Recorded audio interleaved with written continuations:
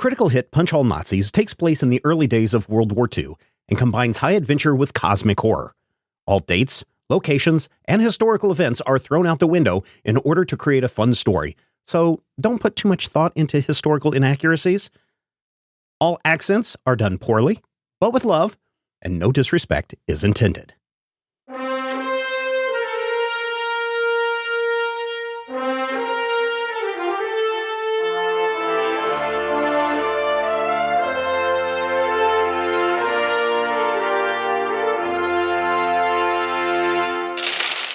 Last time on Critical Hit. On Critical Hit.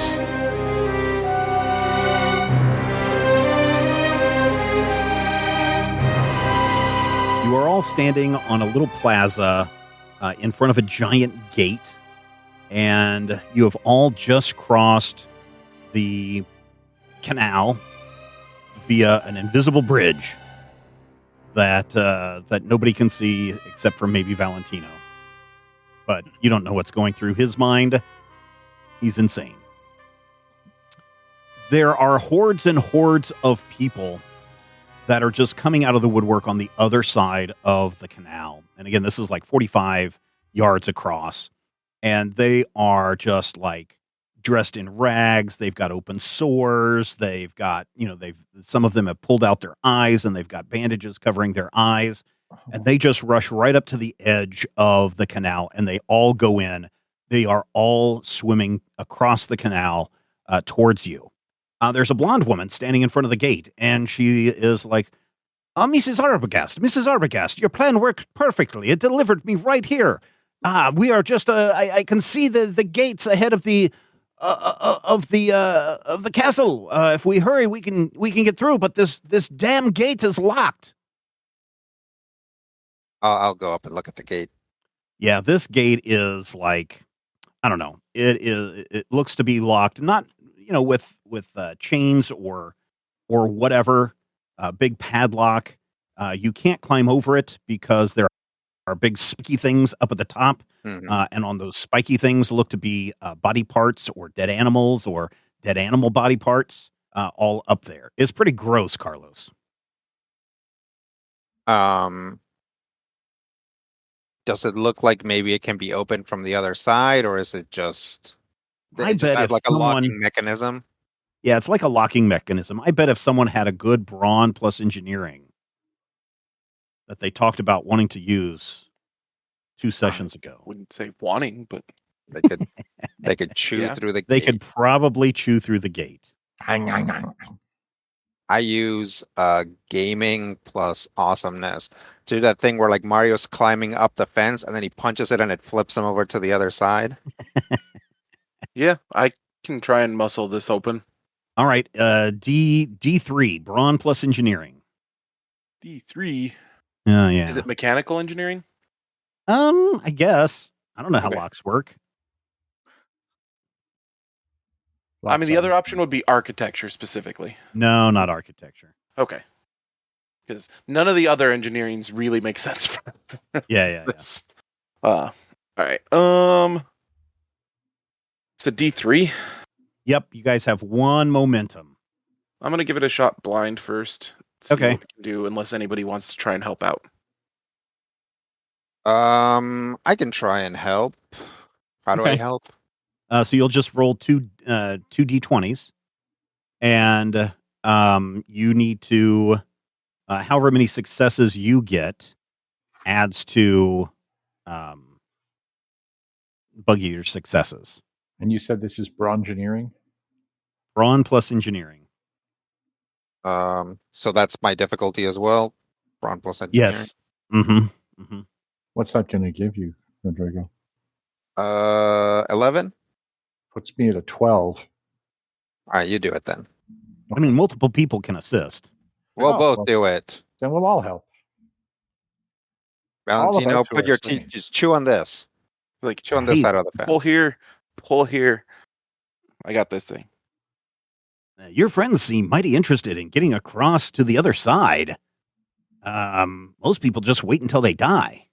I'd rather not wait till that.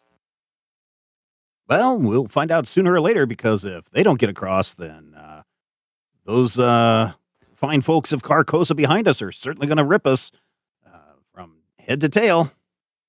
Hey, look, 3 successes. Yeah. Thanks to the Rodrigo got efforts 2 of. successes. His alligator's going the Yeah, wrong way. I did flip the alligator by accident. Yeah. Oh, okay. Oh, So 4 successes, 5 successes. 5 successes. Yep. So you guys get a little momentum back, and tell me how you guys are able to spring open this lock. Yeah, it's who's taller, Dutch or Doc? Doc, I think. Doc, grab up there. Dutch, Mhm. down there. Pull apart as hard as you can while I give this thing a swift kick. We hold it steady so you can kick it really hard.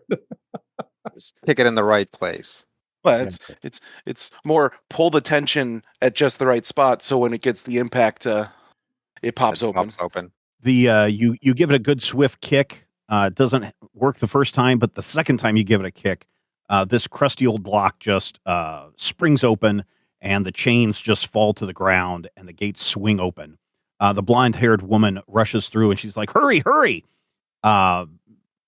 Dr. West follows along with the Arbogast, with the 4 of you left kind of standing there. Dr. Smith is looking. He's like, "I think we better hurry and get through this gate." Yep. We'll grab Valentino. Well, Oh, they're going to drag you to the other side. Oh, my goodness. This is not very good, friend. Hey, Blisco. Yeah? If you get a clear shot at that book, you take it. Understood. All right. You guys all run up these steps, and there is a long bridge. And when I say a long bridge, I mean it is a long bridge. It is probably 2 or 3 miles in length. Your guys are going to have to make it across this bridge, and you're going to need 3 successes in order to do it. The people are still swimming across the canal, and rushing and starting to climb up the steps and getting ready to rush towards the gate. Who would like to go first? I'll go first. Okay. Can I try to rally everyone so that they'll run faster? Okay. What are you going to use to do that? Something in persuasion. We've Okay. been flipping between reason and will. I think we're I think reason influencing would other make. people. I think reason would be a good one here. Okay. We'll do a D2 on this. I'll use a momentum. Okay. Hey, very good. 2 Successes. successes. What do you say to get to rally everyone? Team Nazi looks like they don't need much rallying. Team Nazi? Yeah. No. I'm not trying to rally them. I mean, I'm not like excluding them from the rally necessarily, but I'm not aiming it at them. I'm like, come on, gents. This nightmare is almost over. Okay. That's enough to get everybody to kind of run a little faster. Rob, what would you like to do? One of the problems is that that there's masses trying to chase us down, right? Yes, correct. Could I try and shoot the pillars that were holding up the gate to knock the gate back down so they have to either climb over it, get it out of the way, whatever, slow down their progress?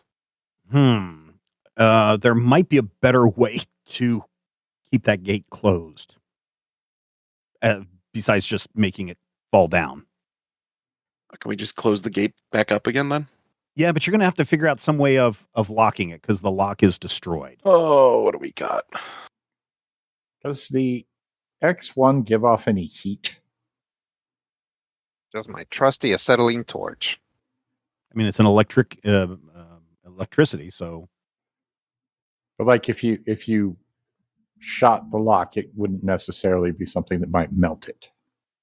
Oh no, it would probably melt it. It is heat. So what if we hook it up to the thing and then we hit it with the X1 to see if we can melt to where it's kind of like a little slag hoople thing that will hold it shut? I'd be willing to try that one. It'd just be a normal, shooting. Oh, okay. Coordination 3 and fighting. successes. Hey, 3 successes. Very good. You get 1 momentum back. Yeah, so you successfully fire that gun and it hits the gates and it welds it shut. And as the metal starts to cool down, fortunately you're all on the correct side of the gate. These hordes of people just run into the gate and just continue to slam into it. As the bodies start piling up, the others start to crawl over the tops of them. Matthew, what would you like to do? Cry, actually, just the idea. Oh, you mean So that would be will plus I'm guessing resilience. I feel like I'd have to fail that roll in order to cry. Okay, so we have makeshift weld of the gate. We are running. Carlos has like spurred us on with a little bit of Nick Furying. Okay. Come on, kids, let's run. Yeah. That's what La la la la la. Well, I mean, he's good at these things. What am I good at? Not a lot. Quick, see if there's someone you can initiate a world conflict with. I declare 400% tariffs on Carcosa. That's some war. Carcosa is based on an Italian city, and already Doc has had a lot of problems with Italians. Is there like a way that I could observe, like, I'm trying to decide if I were looking for, like, hey, are there any weaknesses in the bridge? Are there points where, hey, we need to avoid this? Don't step here or else we'll all die. But also, let's see if the horde of zombies will come and. I mean, an insight and observation would do that. Sure. Okay. I mean, that's the first thing I can think of. Most of my real skills involve, honestly, at this point, punching things and looking at things. I'm also good at medicine. Does anybody need any medicine? No? Okay. We're not going to heal our way across the bridge. I will try an insight and observation using my keen, creepy, owl-like eyes. And they are also, fully articulated separately, to see if I can identify anything that we need to avoid. We have 3 momentum. You have 2 momentum. We have 2 momentum. I think didn't Dutch used a moment. I think. Yeah, I would like to use one. Yeah, this would be the 3 that we need to get across, right? This would be the 3rd one, yeah. Okay, yeah, I will utilize 1 and 3 successes. 3 successes. Brought her back. Yep. And you used what reason plus? Observation. You said insight and observation. I have 13. I have 13. You are correct. Yeah, I mistyped. I mean, that's still a success. So, yeah. All right. So everybody is running. Brian, if you would look at your character sheet, please. And where you have agility, brawn, and coordination, could you pencil in and change those to 10s? Okay. And so your brawn bonus would be a 2, and everything else stays the same. All right. Now, Dr. Smith says, hey, you guys, we better hurry up. We need to probably get to that building over up there before the Arbogast do, or this whole mission is ruined. Ruined, I tell you. And so everybody needs to do an agility and athletics D3 to see if you can run the 2.5 or 3 miles or 5 miles or however long this bridge is. It just seems to go on forever. And fortunately, because of Doc's Keen's observations, you guys notice that there are, the bridge is falling apart here and there. There's parts of it that look not structurally sound, but everybody seems to be jumping over the bridge and making some headway away from, the screaming horde that is slowly trying to climb over the gate. Anybody really good at agility and athletics? No, everybody needs to roll agility and athletics. I know, but if somebody goes first and they're good at it, now wait. They can generate us some momentum for the rest of us to utilize. Yeah, I see where you're going with this, Matthew. Yep. I am a 10. I got a 12. Oh, come on, Rob. You're easily a 10 and a half. Aww. I'm a 13, but we know that Matthew is a solid 10 or a Kansas H.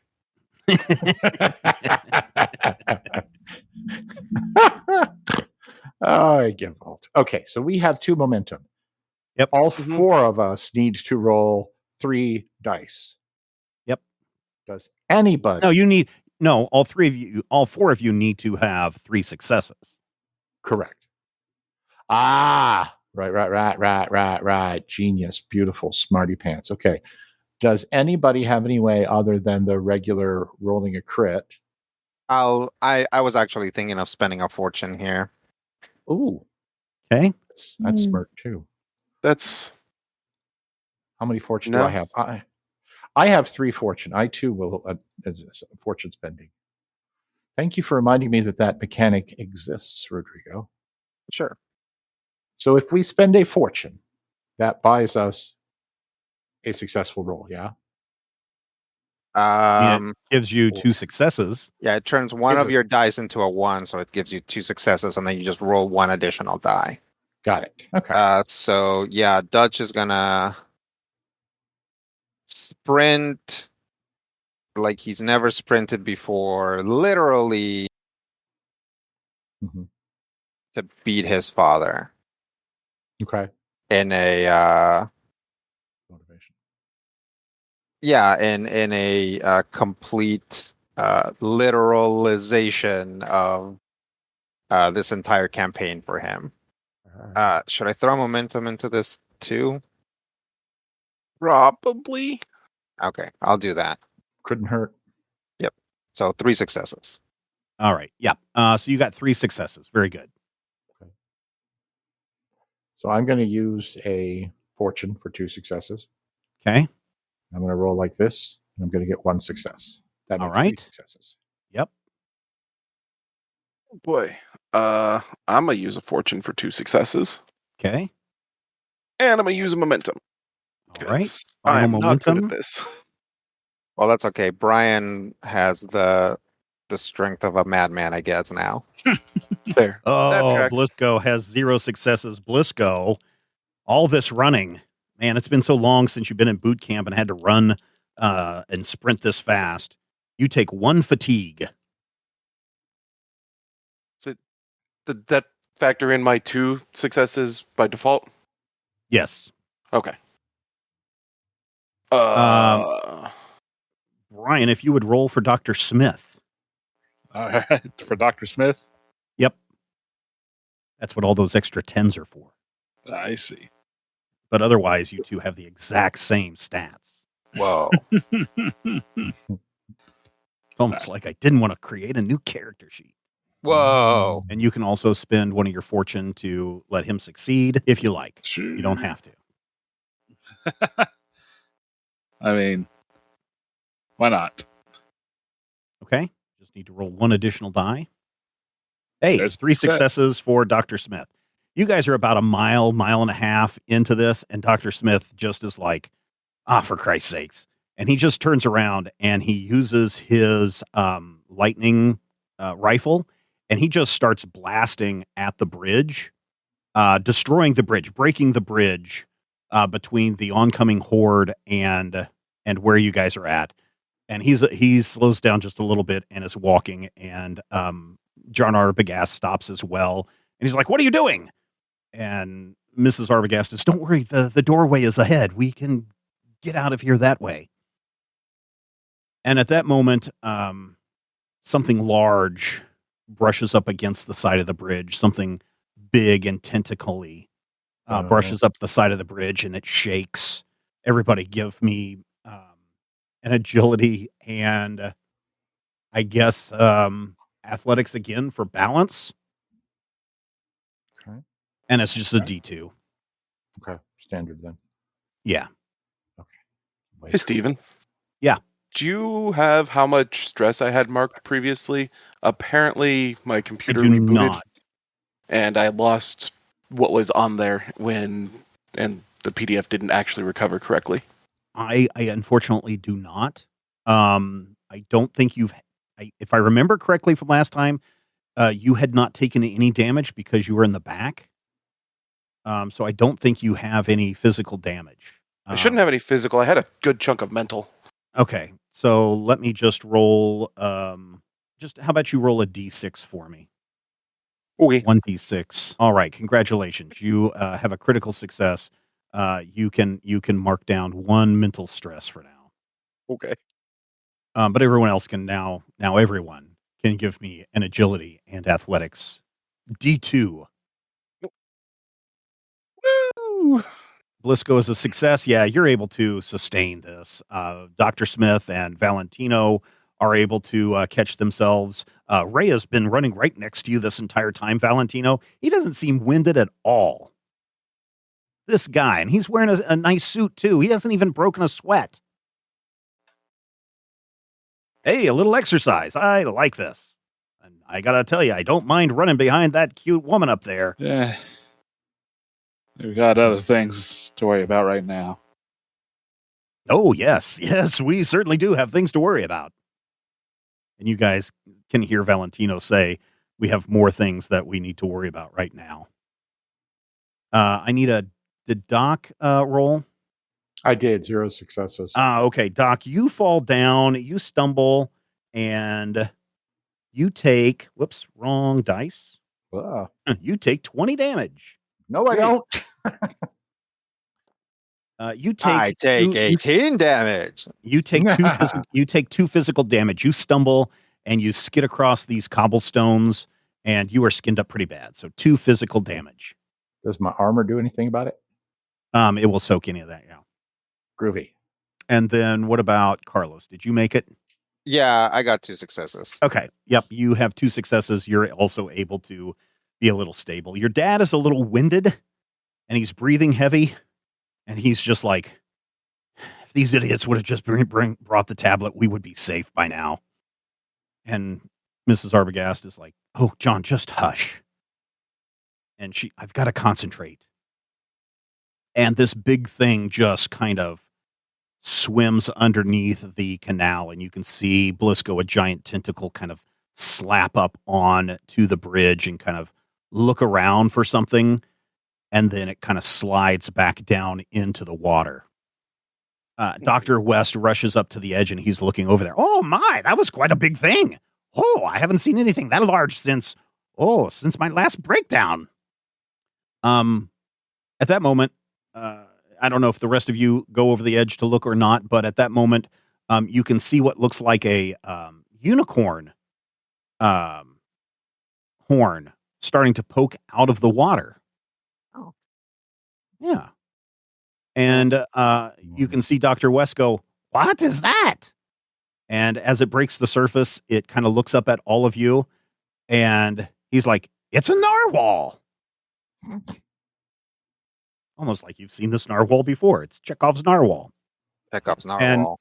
And as soon as Dr. West says, it's a narwhal, the waves kind of splash around, and this old, crusty, cruddy, ruined hat kind of falls on top of the narwhal's head. And he's like, Norman the narwhal? What are you doing here? And then he's like, Oh, Randolph Carter, you say, Oh, my arch nemesis.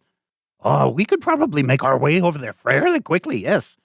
And then he turns to the rest of you and he's like, Mr. and Mrs. Arbogast, this has been a lot of fun, but I only came here because I knew that Randolph Carter would be nearby, and I only wanted to catch him. So, toodaloos. And he does a backflip into the water. The narwhal dives under the water, comes back up, and we see Dr. West riding on the back of this narwhal as it kind of moves eastward from where you are all at. Toodaloos, everyone! You, young man, look me up when you get home. I think we have some good things that we could do together, Bye-bye. Good riddance. Everyone else saw that, right?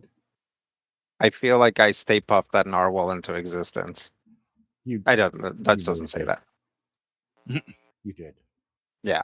Yeah, I saw that, but I'd rather not think about it right now. Good. I was worried that I was with Valentino. We are with Valentino. Hmm. And then Maybe Ray we can. just kind of looks at you too, just like as everybody else is scowling at you, Valentino. Indeed. Well, we better get you to the other side, friend.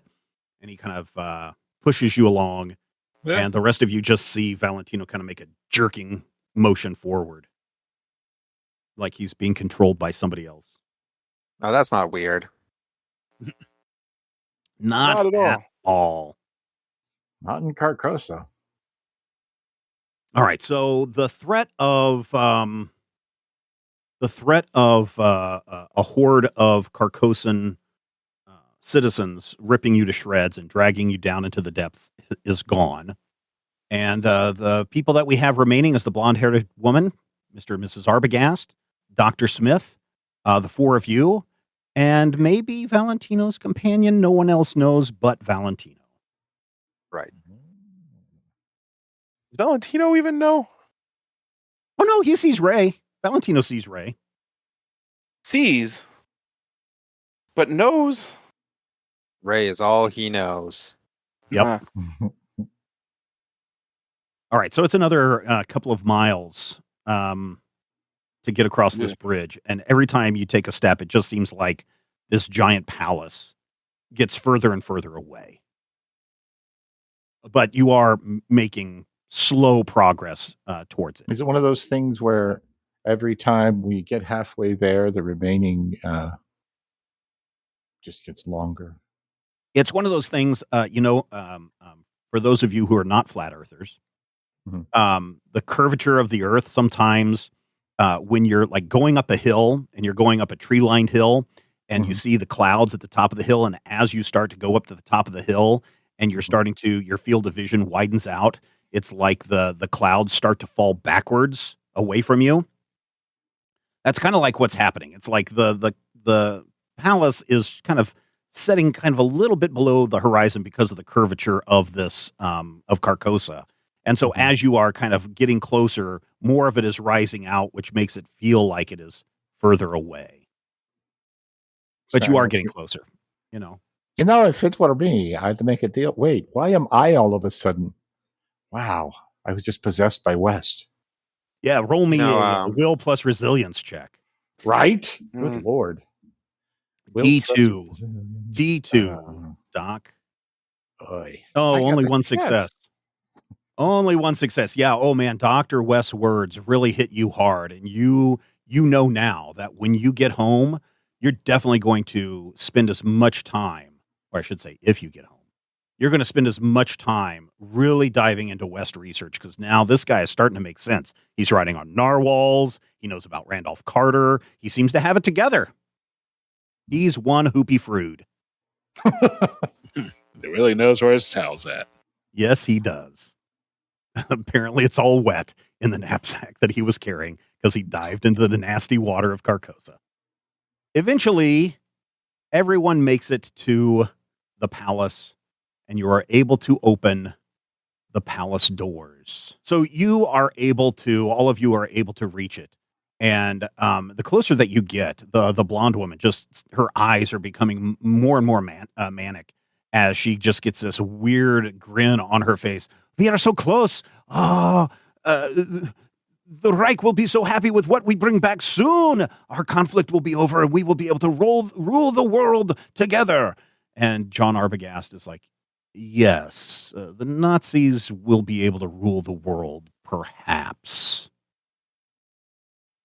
In this, as you open the doors into this palace, it has got to be, I don't know, 200 feet from floor to ceiling.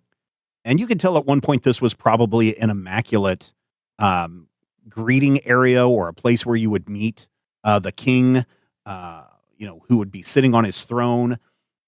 but now the intricate tile work is faded. It's dusty. It's dirty. It's broken. The windows are caked with probably decades, maybe even centuries of dust and dirt. Like the staff has not been in to clean in some time. The yellow curtains that hang around the windows are tattered and moldy and smell. And you are pretty sure, Blisco, that you can see something tentacly as the curtains blow in the breeze. Doesn't look like the breeze is moving it around so much as there may be something tentacly behind those curtains. At the far end of this hallway is a big altar, and on that altar is a parchment of paper. This is it. We've made it, says John Arbogast, and he starts to move forward. Trying to get the parchment. That's what he's trying to get. He's moving towards it to get to the parchment. Yes. All right. I will also try to get the parchment. Okay. You guys approach the parchment, and as you grab it, Carlos, it feels weird. Like the texture of it is weird, or yeah, something? The texture of it is really, really weird. It is. You would expect that a piece of 500-year-old parchment would feel like parchment, but this feels a little bit different. Like it's a lot more stiff. It's still pliable, but it's very stiff. As you look at it, you can see this incantation. It's in a language that you can't quite decipher, but as you look at it, it starts to make a little sense that, this is a summoning spell that brings Yogg, opens the doorway for Yogg to come through, Yogg-Sothoth. Mm-hmm. And it appears that there's a controlling mechanism into the spell. And Jaron Arbogast is like, give it to me, boy. If you would roll me a hand-to-hand agility and fighting. I will give you a threat for this. All right. I will take that threat. Hey. 3 successes. You are able to yank this paper away from your father. And the blonde-haired woman is, no, this is not yours. It belongs to the Reich. And Dr. Smith just turns and says, would you shut up? And he takes his lightning gun and smacks her in the face with the butt of it. And she goes down. I hold it up and say, light it up, Blisco. All right. I will shoot the thing. All right. You shoot it. Go ahead and give me a coordination and fighting, D3. Although, well, yeah, D3. I assume I don't have a chance to aim. No. Okay. Yep. I'll try. Ah, man. Oh, you miss. Okay, so you hit this thing, and you can feel it getting hot. Carlos, you can feel the heat radiating off of this scroll, but the parchment doesn't burn. But it kind of glows a little bit. Aha, says John Arbogast. Shows you the power of Yogg-Sothoth is protecting this place and this scroll. It is meant to be mine. I blow on it to see if I can start, like how you blow on a fire. Like, yeah. How about you give me an observation and insight? Never. Oh yeah, no problem. Observation, all of 11, 1 success. Hey, very good. You look at this thing and you notice that while it was glowing, it was kind of a greenish color. And you did feel the scroll heat up in your hands. Okay. This time I will throw it up in the air and I will also shoot it. All right. And hopefully also Blisco shoot it. And Dr. Smith, so Brian, you can also shoot this. So, Rodrigo, I need you to do a D3, and I need, this is coordination and fighting. Okay. And I need Blisco and Valentino, or well, in this case, / Dr. Smith. You are all going to assist on this. Okay, so I only roll one die. You only need to roll one die. Oh shoot! Good job, Brian. I'll give you a threat. Oh, that tracks. Oh no! Wow. Oh no, Blisco! Oh no, there is no aim. Oh no, this is not good. Because there is a weapons malfunction. Wow, we finally got a weapons malfunction. Yes, finally. Yeah, because I wasn't able to aim here. I assume I wasn't able to aim here. Roll a D5. A D5? Okay. Yeah, I don't know why it's. I mean, physically, it'd just be a D10, and you'd have it. Yeah, But yeah. computers exist, so. In the digital world. Beep barp. Okay, all right. So here's what's going to happen. Rodrigo, you got a success on this. I got 3 congratulations. You got 3 successes, which is what you needed. The scroll, whatever the material was that made up the inner parts of this scroll, like it was, the paper was combined with something else to make it somewhat fire resistant.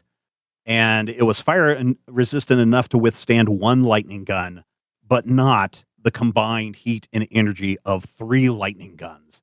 As you throw this up and it tumbles around in slow motion, the 3 lightning guns energies all converge, and there's this just brilliant blue flame just exploding into the scroll. And you can all in slow motion hear John Arbogast going, "No." And Ray is like, "Huh, I didn't expect that to happen at all." At the same time that happens, Blisco, the prototype, starts to spark. Please roll a D. Let's see. What am I supposed to roll here? The one we got was dangerous discharge. Dangerous discharge. 1 damage for each creature. Yeah. Okay. So roll one die for each creature, friend, or foe within close range. Each effect rolled causes the creature to suffer 4 physical stress with the stun effect. So there are Valentino, Doc, Blisco, Carlos, Dr. Smith, Mr. and Mrs. West. We won't count the blonde. So please roll 7 dice of 7. Is that the order you're going to apply them in? Because it's just going to be general. Everybody, whatever you roll, that's for everybody. That's not how the thing. Roll 1 for each creature, friend, or foe within close range. Each effect rolled causes that creature to suffer 4 physical stress. So each person is assigned 1 die. Yeah. Oh, okay. So I can either roll 7 separate times, or we can put them in the order. Yeah, we can write out a list, or we can just go one at a time. Let me just write this out. So, first one up is Blisco. You want to roll 7 separate times? Okay. Yep. Oh, so you take 4 dice worth of damage, and so that will be. No, I take. Oh, is it 4 dice worth of damage? That's better, honestly, than taking. I mean, because it can be worse, but still. Yeah, you take 3 physical stress. Oh, hey. And you fall down stunned. Next up would be, let's say, Dr. Smith. Oh, that's going to be. Also, 1 effect. And so, Dr. Smith will take. Brian, whoops, I just lost 2 of my dice. I got to get these before the dog eats them, so hold on. Because she definitely will decide these. She decides that these things are definitely things to chew on. Dr. Smith will take 4 damage, and he is also stunned. Dr. Smith has the same amount of stress that you do, Valentino. All right. What about armor? Same. Okay. Okay. Now, next up will be Carlos. Hey. All right. Nothing. Carlos, this thing blasts and you just raise up your arm and you catch a little bit, but it's not that bad. Doc. Is that Doc's damage? He gets he gets 3 physical damage and you are stunned.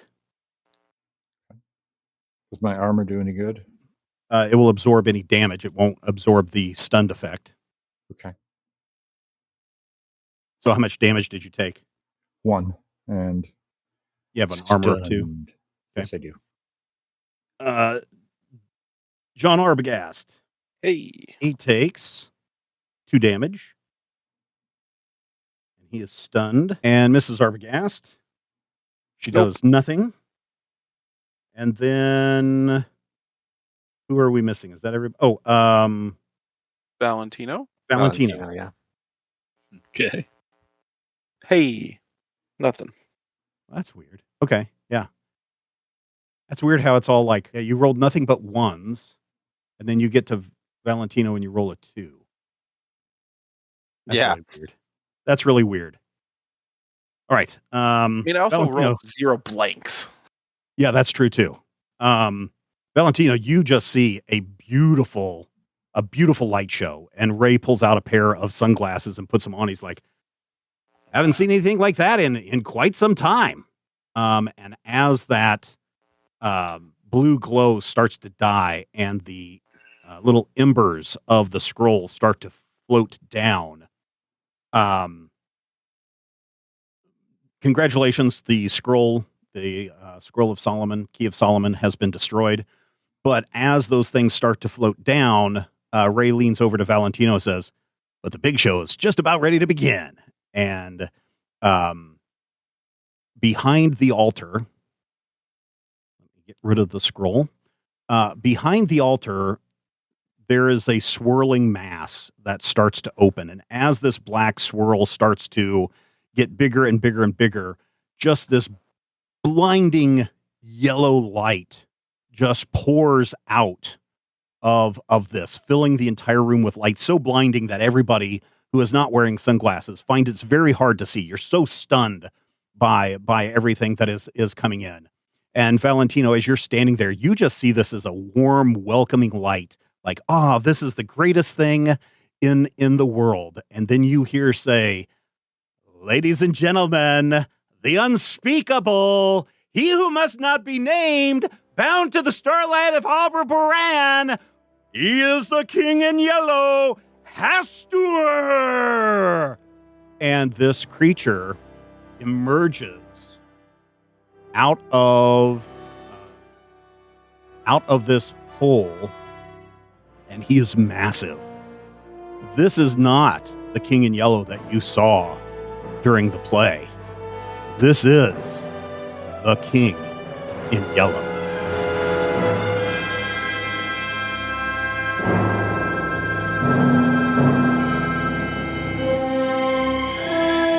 Critical Hit Punch All Nazis is a production of Major Spoilers Entertainment and was produced and edited by me, Steven Schleicher. If you would like to get a behind-the-scenes making of this episode, be sure to check out the GM Roundtable Octoon Cthulhu Edition at our Patreon page, patreon.com/Major Spoilers. Each week I discuss my plans for the upcoming game session, and Dr. Brad Will is there to share his reactions and advice on how to be a better game master. I will warn you, though, there are spoilers galore in every installment of the GM Roundtable Octoon Cthulhu Edition. So, if you don't like spoilers and don't want to know what I am planning next, don't listen to these episodes. Though, I will say, if you do listen, you'll be able to see how and where the players throw a wrench into my plans, and you're also going to have greater insight into the world that's being built into this campaign. Finally, we want you to record yourself doing your best on Critical Hit and send it to us at podcast@majorspoilers.com, and your voice will join the growing chorus of fans in upcoming episodes as well. Thank you again for listening this week, and here's hoping all of your dice rolls are critical hits. This podcast is copyright 2025 by Major Spoilers Entertainment, LLC.